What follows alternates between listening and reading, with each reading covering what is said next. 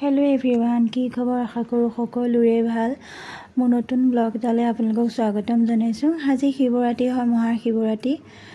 মই গা পা ধুই আহিলোঁ, আহি কেনে ঘৰতে চাকি বন্তি জ্বলালোঁ, কাৰণ এতিয়া মন্দিৰলৈ যোৱাটো সম্ভৱ নহয়। ৰাতি সন্ধিয়া 6টাৰ পৰা যেহেতু আজি লাগিছে, এয়া মই চাকি জ্বলাই কিনে তাৰপিছত আৰু মই আজি গুণমাইনাজনীও জন্মদিন, আশীৰ্বাদ কৰিব তাই যাতে ডাঙৰ হৈ ভাল মানুহ হয়, পঢ়া শুনা কৰি মেলি ভাল হয়।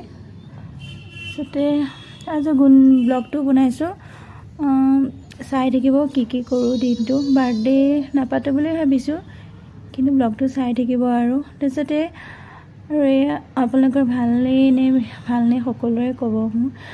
তাৰপিছতে মই এইযোৰ কাপোৰযোৰ বিশেষতে দিছে, মৰমতে দিছে, এইযোৰ বাৰ্থডে বুলিয়ে দিছে। কাপোৰযোৰ বৰ মৰম লাগিছে, ভাবিছোঁ গা পা ধুই এইযোৰকে পিন্ধাই দিম আজি। আমিও দিছোঁ, আমি দি যোৱাযোৰ নিপিন্ধাওঁ যেনিবা, মৰমতে দিছে যে পেহীহঁতে এইযোৰকে পিন্ধাই দিম আৰু এয়া গা পা ধুই পিন্ধি কিনে গোটেইজনী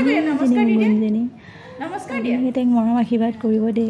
নমস্কাৰ দিছে দেই, নমস্কাৰ কৰা গুণ।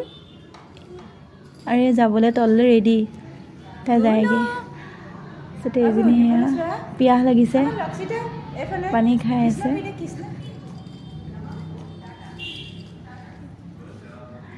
তাৰপিছতে এতিয়া আৰু বাকীখিনি এতিয়া দুপৰীয়া হ'ল। দুপৰীয়া মই খিচিৰি বনালোঁ, খিচিৰিকে খালোঁ। খাই কিনে এতিয়া আৰু আমি অকণ শুবলৈ লৈছিলোঁ। তো শুবলৈ 1:30মান বজাত তেনেকুৱাতে এয়া বায়েকে কেক লৈ আহি গ'ল। প্ৰাইজ দিলে, আমি গমেই নাপালোঁ।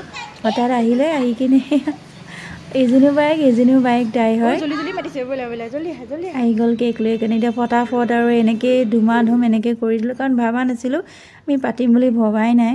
ডাঙৰ বাবু এনেকুৱা কাৰণে পাতিব এইবাৰ মন নাই। তাই পূজা শুনা হ'লে বোলো পাতিম আৰু অকণ ডাঙৰ হওক, যাতে বুজি পোৱা হওক, তেতিয়া অকণ পাতিম।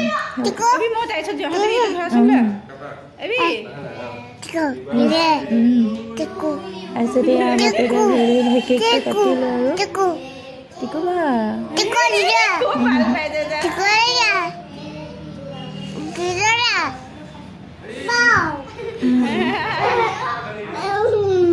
তাৰপিছত এয়া কেক কাটি মেলি আজৰি কাটি কৰি দিলোঁ।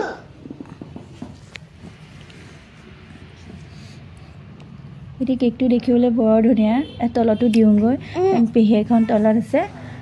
যদি এয়া খোৱাত ব্যস্ত পুৰা, এজনী খোৱাত ব্যস্ত পুৰা